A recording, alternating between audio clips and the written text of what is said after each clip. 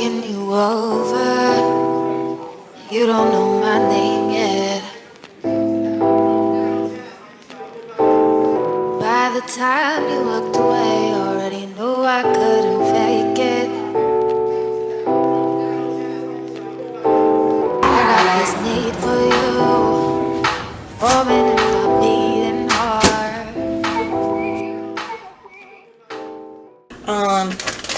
What I'm going to do is kind of like a twist on a tuna roll, except we're using tomato. I know, tomato sounds disgusting in a tuna roll, but it's actually really good if you do the right things to it. So you're going to take, ooh, I think I ripped this one. So we're going to take another nori sheet. You're going to want to do this first. So maybe a couple hours beforehand, you're going to want to take maybe 1 or 2 whole tomatoes and you're going to mash them up. Add a little bit of some oyster sauce as well as your soy sauce of choice. It doesn't have to be anything too special. You're going to put this in the refrigerator for a few hours so it thickens up a little bit. You're just going to take your white rice and just very, very gently lay it across your nori. And I find that when you do this, you don't need to do it too thick. You actually want to do this very thinly, so there's not a whole lot of rice. I find that the more rice you use, the thicker and harder it will be to roll your sushi. And now after that, you're going to want to take some rice vinegar, and I don't add a lot because depending on the spout, you're going to really over pour. So like I said, I wash my hands to make sure they're nice and clean. Add some to your hands and just lightly pat onto the rice with a fork. And like these big chunks, you're going to want to put like in the center, for example.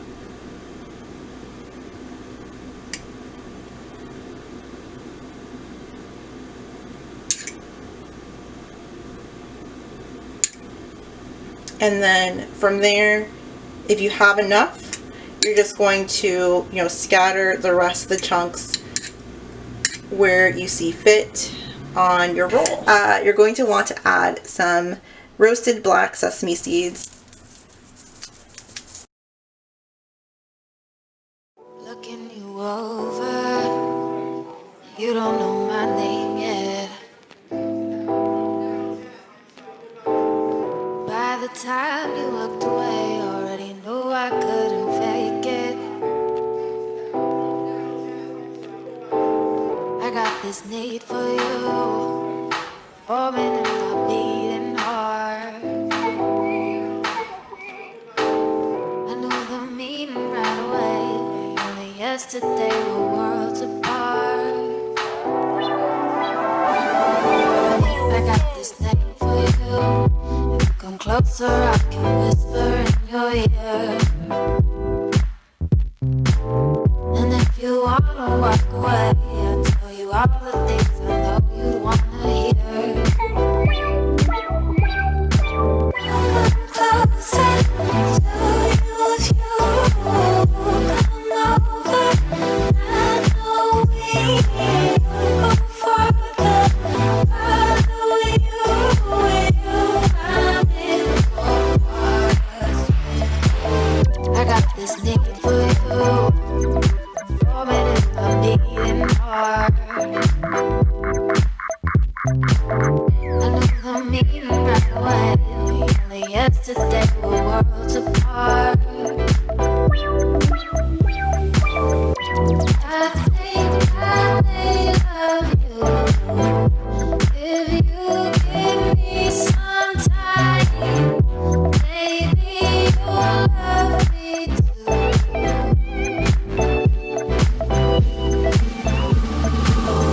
Come closer, tell you if you come over. I know we go farther. You're going to be mean to that guy, right? Be nice. If someone comes, I have to pick him up because he's not very nice to other people. He likes to bark. Isn't that right, buddy? You like to be mean? Anytime I feel like I'm feeling overwhelmed or like I'm stressed, I feel like I just need to like go for a walk or something, because literally I just feel like that's the best way to work off some frustration. So that's what I'm doing right now. Oh, look at this leaf. This looks like just like a heart. Look at that. Isn't that cute? It looks like a little heart. My lease is up in a couple months. I need to be able to let them know that I'm not going to be renewing my lease so I can move into said unit. If I were to leave last minute, for example, I'm pretty sure there's a clause in my lease agreement currently that if I leave like last minute, let's say a month before my lease is going to renew, then I'll be either trapped in this lease or I'll face legal issues, penalties, all of that stuff. That's been what's going on with me. I'm not overwhelmed, but because this was going to happen regardless of anything else, this was going to happen and I was going to have to figure this out as far as my living arrangement. Sorry, this is so shaky. But I think what's exasperating things is COVID-19. The last thing I want to do is actually stay in my current apartment because I'm wanting to save money and just kind of cut my costs a little bit, because I feel like I've been spending a lot on rent, and I knew this signing up for a lease, especially where I live currently, that it's kind of going to be like a lot of money. But I have other things I'm looking to spend that money on at this point, and I'm looking to invest in myself, not so much a lease agreement. And I'm like debating all of it, and the thing is with me, I know I don't have a lot of time to think about it anymore, and it really was like the last thing on my mind. But that deadline, man, it was creeping up on me, and it was a good thing that I received the renewal offer for my current place, because I would have just totally just not thought about it if I hadn't. So other than that, I'm sorry, this is like turning into a little bit of a rant, but I feel like I need to get this out, otherwise I'll just be like keeping it in my mind, if you know what I mean. Mission Impossible, get me out of my lease. That's going to probably be the name of this video here. Updates will be coming on this whole thing for sure.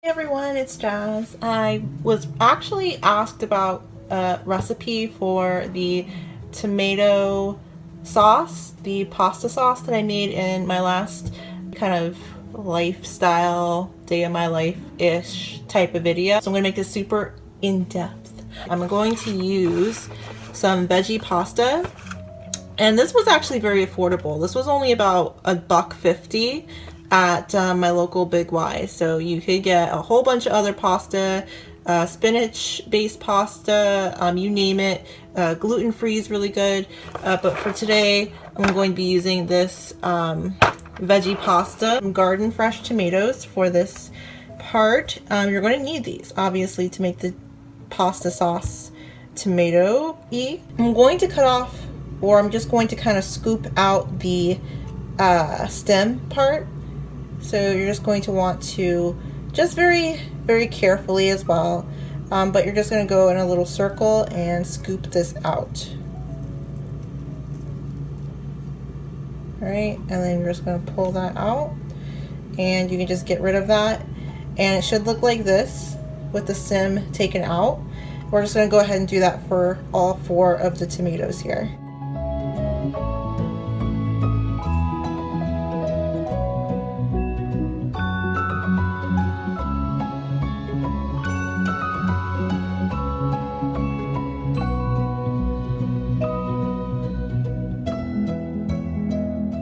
There's going to be like a very, very thin film. I don't know if I can show you guys. But whenever you bite into a tomato, there's going to be an outside portion, like the walls, that, you know, covers up the meat. So if I go ahead and pull that back, you can see that is the flesh or the meat of the tomato, which is very good. That's what we're using in our sauce primarily. We're peeling off this part, and we want to get rid of that. So it's okay if little portions of the skin are still present, but for the most part you want it to still just be this inner portion remaining.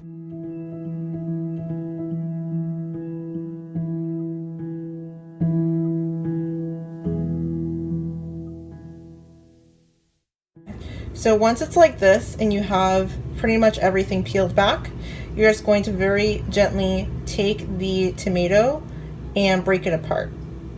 Not too much, but you're just going to very gently take the center, pull it apart so it's in a few sections. That way it's a little bit easier to mash it up. And we're just going to repeat the process for the remaining. That's pretty much it. That's all we're doing. And it should look something like this.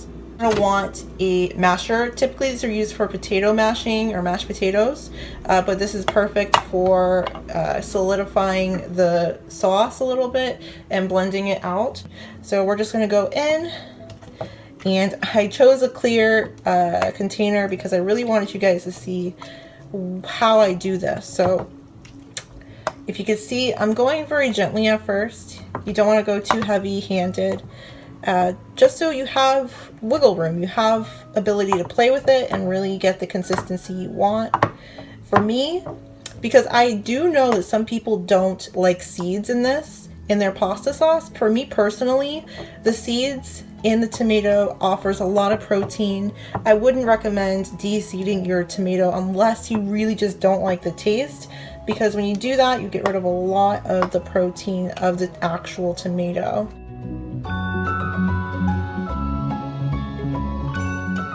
It should look pretty red, like you have a nice little sauce starting. The whole premise of pasta sauce, in my opinion, is to be very simple yet have like a very hearty, healthy taste to it. Not to be too salty. I don't like pasta sauce that's too salty. You could flavor this however you want to. Keep in mind, this is just how I do it. But I will typically use some parsley flakes for color as well as giving you a nice taste. In this, you can add a bay leaf or two. One or two would be fine. I personally am out of bay leaves. That's the only reason I'm not using any. So I'm going to go a little heavy-handed with some parsley here. And then I'm going to add a little bit of garlic powder. Like I said, you could use fresh garlic in this as well.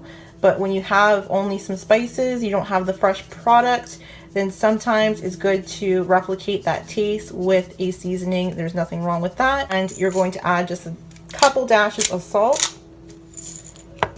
And then a couple dashes of black pepper. And that's all we're going to do for right now. You're just going to beat that up one more time to kind of blend everything together. You're going to want to add at least 1/3 cup of water. For me, I know the portion size is going to work with 1/3 of water. If you're doing less than this, you may want to scale it down to even like 1/4 cup, or even like a very thin layer less than that, half of it. Half of 1/4. But for this, you're just going to do that much, nothing more, nothing less. And like I said, if push comes to shove and you feel like you don't want to add too much water and water it down, which I highly recommend not doing. I said that in my first video. Do not water down your pasta sauce because it's very hard to fix it after you do.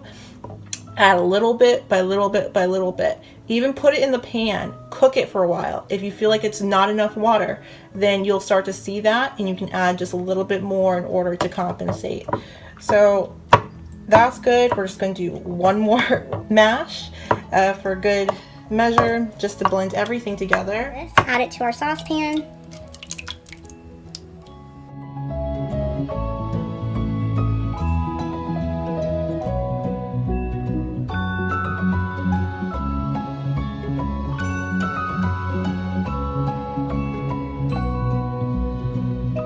Have our veggie pasta ready to start boiling, and this is the sauce. This is what it's looking like so far. I would say once it gets like this, then you're going to want to take it off of the heat. Your mushrooms, you want them to stay nice and thick. Remember that. You don't want to overcook your mushrooms. I think that really ruins the taste overall. But if you can see, it's still very watery. Like, it's almost like it hasn't metastasized enough. So it's a thick, creamy sauce, right? So if you saw in my previous video, I added cornstarch, and this is when you would want to do that. So you're going to add a little bit here, not too much, because we still want it to be creamy, but not like super creamy where it's like too thick. So we're just going to add just a little bit. That'll be enough. And you're just going to very gently mush it in. You don't want there to be clumps, so I always recommend just taking the back of your spoon and just pressing down on it, and that typically will just make it very creamy right off the bat, so you're not mixing in clumps. Once it's all done, you'll see that it turns a nice red color.